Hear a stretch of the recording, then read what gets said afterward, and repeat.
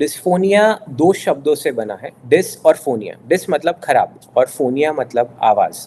सो आवाज़ में बदलाव आना, आवाज़ खराब होना, जो व्यक्ति की नॉर्मल आवाज़ है उससे आवाज़ में फेर बदल हो जाना को हम यूजुअली डिस्फोनिया बोलते हैं। जो हमारा स्वर पेटी है, लैरिंक्स, जो यहाँ पे प्रेजेंट है, उसमें दो स्वर तंतु होते हैं। उन स्वर तंतुओं को मूवमेंट करवाने के लिए दोनों साइड साथ साथ स्नायु मसल्स होती हैं, और उन मसल्स में बहुत सारे नर्व्स इनर्वेट करते हैं, उनको सप्लाई देते हैं। और जो स्वर तंतु होते हैं उसके ऊपर पतली म्यूकोसा होती है, पतली फिल्म जैसी स्किन होती है जो वाइब्रेट करती है। इनमें से किसी भी चीज़ में कोई तकलीफ आई, मसल में तकलीफ आई, नर्व में तकलीफ आई, स्नायु अपने ऊपर जो म्यूकोसल लाइनिंग फिल्म है उसको वाइब्रेट होने में तकलीफ आई, तो आवाज़ में बदलाव आना स्वाभाविक है। उस चीज़ को हम डिस्फोनिया कहते हैं। जो हमने सबने कभी ना कभी एक्सपीरियंस किया हो गया, गला खराब हो जाता है तो हमारी आवाज़ बदल जाती है। इसको मेडिकल टर्मिनोलॉजी में अक्यूट लैरिंजाइटिस बोलते हैं, क्योंकि जो ऊपर की स्वर तंतु या वोकल कॉर्ड्स की ऊपर की जो चमड़ी है वो बहुत पतली है, तो वो भी इन्फेक्शन को लेके प्रोन होती है। उसमें थोड़ा इन्फेक्शन हो गया तो उसके कारण आपकी आवाज़ में बदलाव आ सकता है। ये कंडीशन बहुत ही जल्दी अपने आप कई बार बिना दवाई गोलियों के भी ट्रीट हो जाती है, बड़ी रिवर्सिबल कंडीशन है।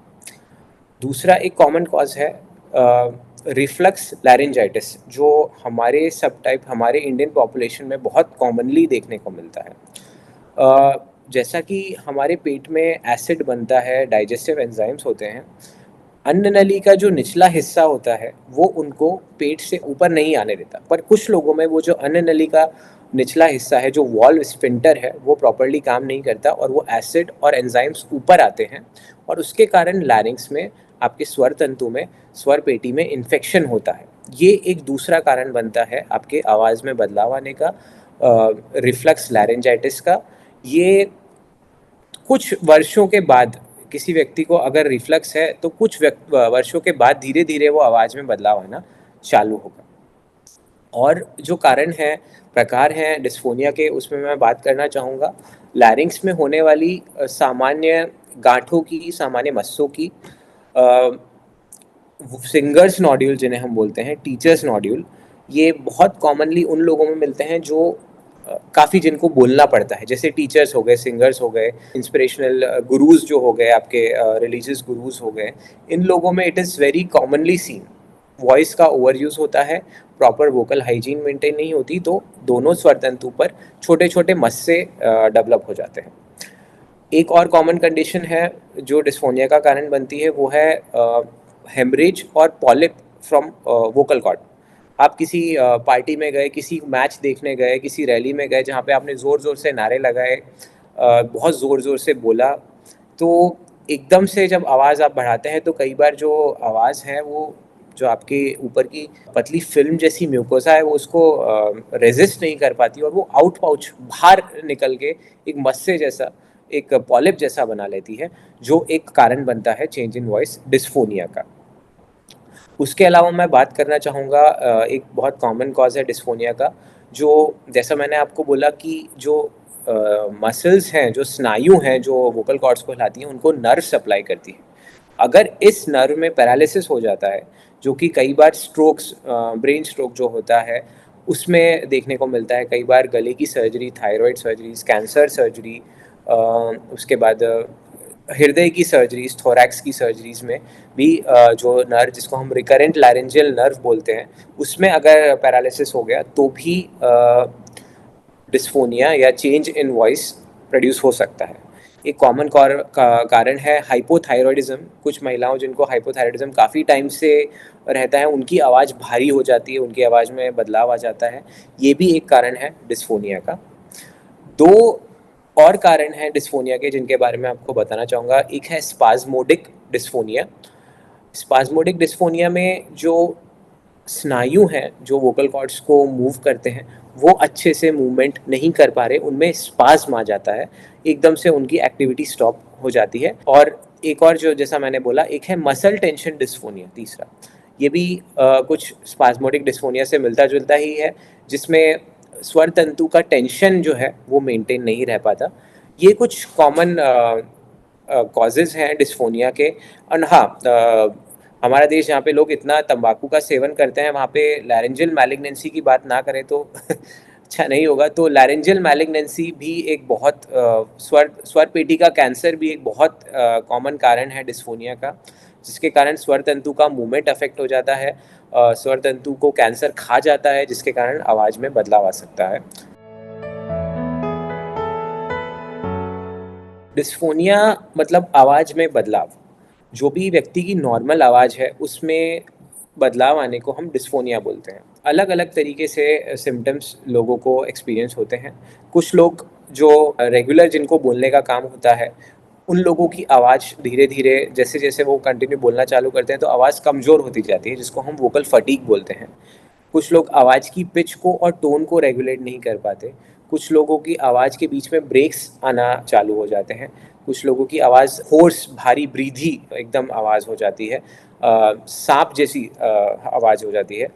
कुछ लोगों को बोलते टाइम बहुत ज़्यादा खाँसी आती है, या कुछ लोग बहुत बोलने के लिए जो स्नायु, नॉर्मल स्नायु जो बोलने का काम करते हैं, उसके अलावा गले की दूसरी मसल्स और मांसपेशियों को भी यूज़ करने का कोशिश करते हैं।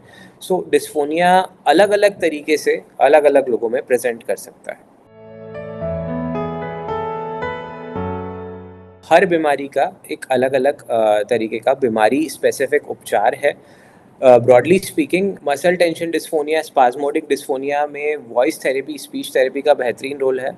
जिन लोगों को स्वर तंतु पे छोटे-छोटे मस्से वोकल नोड्यूल्स हो जाते हैं, वो भी स्पीच थेरेपी, वॉइस थेरेपी से बहुत अच्छा बेनिफिट प्राप्त कर सकते हैं। रही बात मस्सों की, तो सर्जिकल ट्रीटमेंट उनके लिए बेस्ट है। डिस्फोनिया में स्टेरॉइड्स का भी रोल है।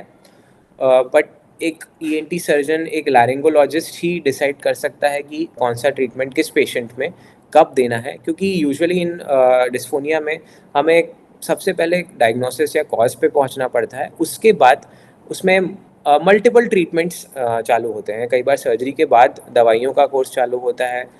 दवाइयों से पहले कई बार सर्जरी हो जाती है। एक बहुत इंपॉर्टेंट चीज़ जिसका रोल है डिस्फोनिया में, वो है प्रोटॉन पंप इन्हिबिटर्स, यानी जो एसिडिटी कम करने वाली दवाइयाँ हैं, उनका भी डिस्फोनिया में बहुत इंपॉर्टेंट रोल है।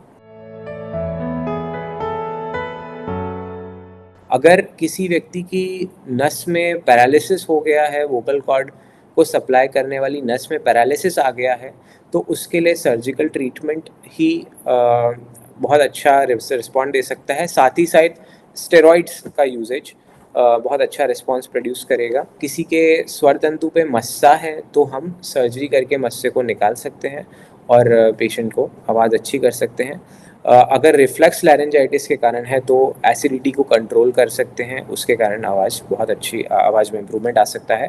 बाकी साधारण जो आवाज़ में बदलाव आता है लैरिंजाइटिस, उसके लिए यूजुअली ट्रीटमेंट की ज़रूरत नहीं होती, वो अपने आप स्वतः ही ट्रीट हो जाता है।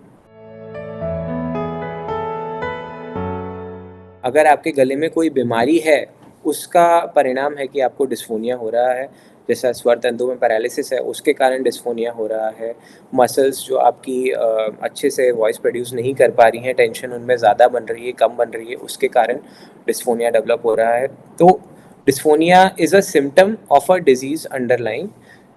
इसलिए डिस्फोनिया जितना जल्दी हम डायग्नोस करें, जितना जल्दी पेशेंट हमारे पास लेके आए कि मुझे आवाज़ में बदलाव लग रहा है, तो हम उसको जल्दी से जल्दी अ, उसका डिस्फोनिया का कारण ढूँढना चालू कर सकते हैं।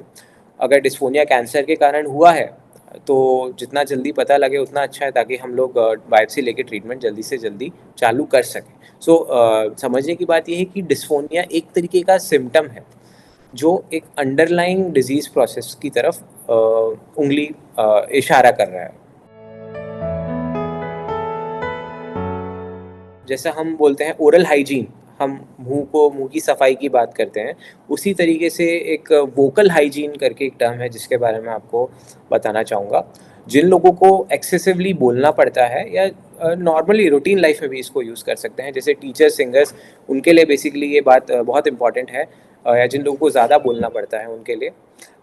जैसे हम अपने बॉडी के हर चीज़ का ध्यान रखते हैं, वैसे ही हमारे वॉइस बॉक्स लैरिंग्स का भी हमें ध्यान रखना चाहिए। उसके लिए मैं पेशेंट्स को यूजुअली बोलता हूँ कि वॉइस का मिसयूज़ या ओवर यूज़ ना करिए। जितना ज़रूरत है उतना ही बोलिए, ज़्यादा तेज़ मत बोलिए। अगर आपको ऐसा है कि आपको थोड़े लंबे टाइम के लिए बोलना है तो बीच-बीच में ब्रेक्स लीजिए। आपका ब्रीदिंग पैटर्न इम्प्रूव करिए। पानी पीते रहिए, हाइड्रेटेड रहिए, स्मोकिंग अवॉइड करिए। और अगर आपको एसिडिटी या कोई ऐसी तकलीफ़ रहती है तो स्पाइसी खाना कम कीजिए, खाना खाते ही सोइए मत। और एसिडिटी की गोली, अगर आपको एसिडिटी कंट्रोल नहीं हो रही है तो एसिडिटी की गोली चालू रखिए। बहुत सारी जो वॉइस रिलेटेड प्रॉब्लम है वो हम अपनी day to day lifestyle modification करके प्रिवेंट कर सकते हैं।